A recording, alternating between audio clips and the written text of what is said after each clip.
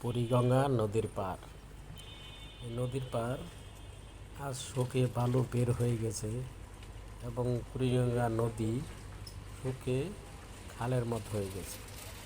এখন শীতকাল চলতেছে, সেজন্য নদীর এই অবস্থা। নদীর পানি এত শুকিয়ে গেছে যে নদী এখন পুরো একটা খালের মতো দেখা যায়। এই ঢাকা শহরের মাঝে ঐতিহ্যবাহী একটা নদী বুড়িগঙ্গা নদী, যে নদীর প্রতিদিন মানুষের চলাচল থেকে শুরু করে এই যে বড় বড় ট্রলারগুলো দেখতেছেন, বালু, সিমেন্ট, আরও বিভিন্ন ধরনের মালামাল এই নদীতে নিয়ে যায় মানুষ।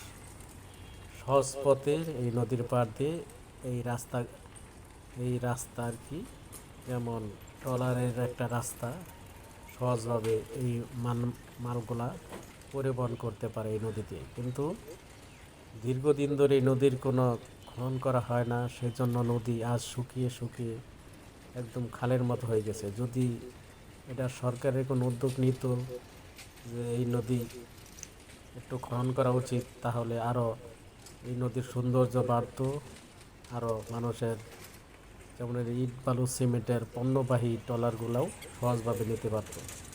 কিন্তু সরকারের কোনো নজর নেই এদিক দিয়ে।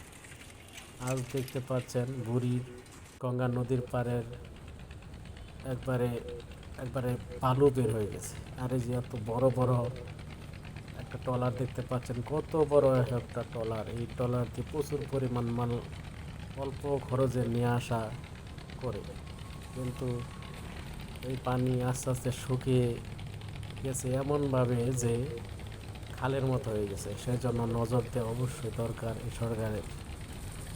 এই দেখেন, এত বিশাল জাহাজ এখন খালি যাচ্ছে, আবার তারা মাল নিয়েও যাবে। এই নদীর পানি আজ একটা পুকুরের মতো, যেমন পুকুরে কোনো পানি লড়ে না, এই বুড়িগঙ্গা নদীর পানিও এখন কোনো লড়াচড়া করে না।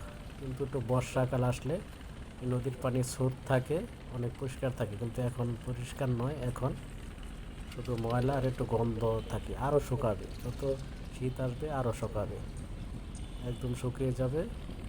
থ্যাংক ইউ সবাইকে, ভালো থাকেন, আল্লাহ হাফেজ।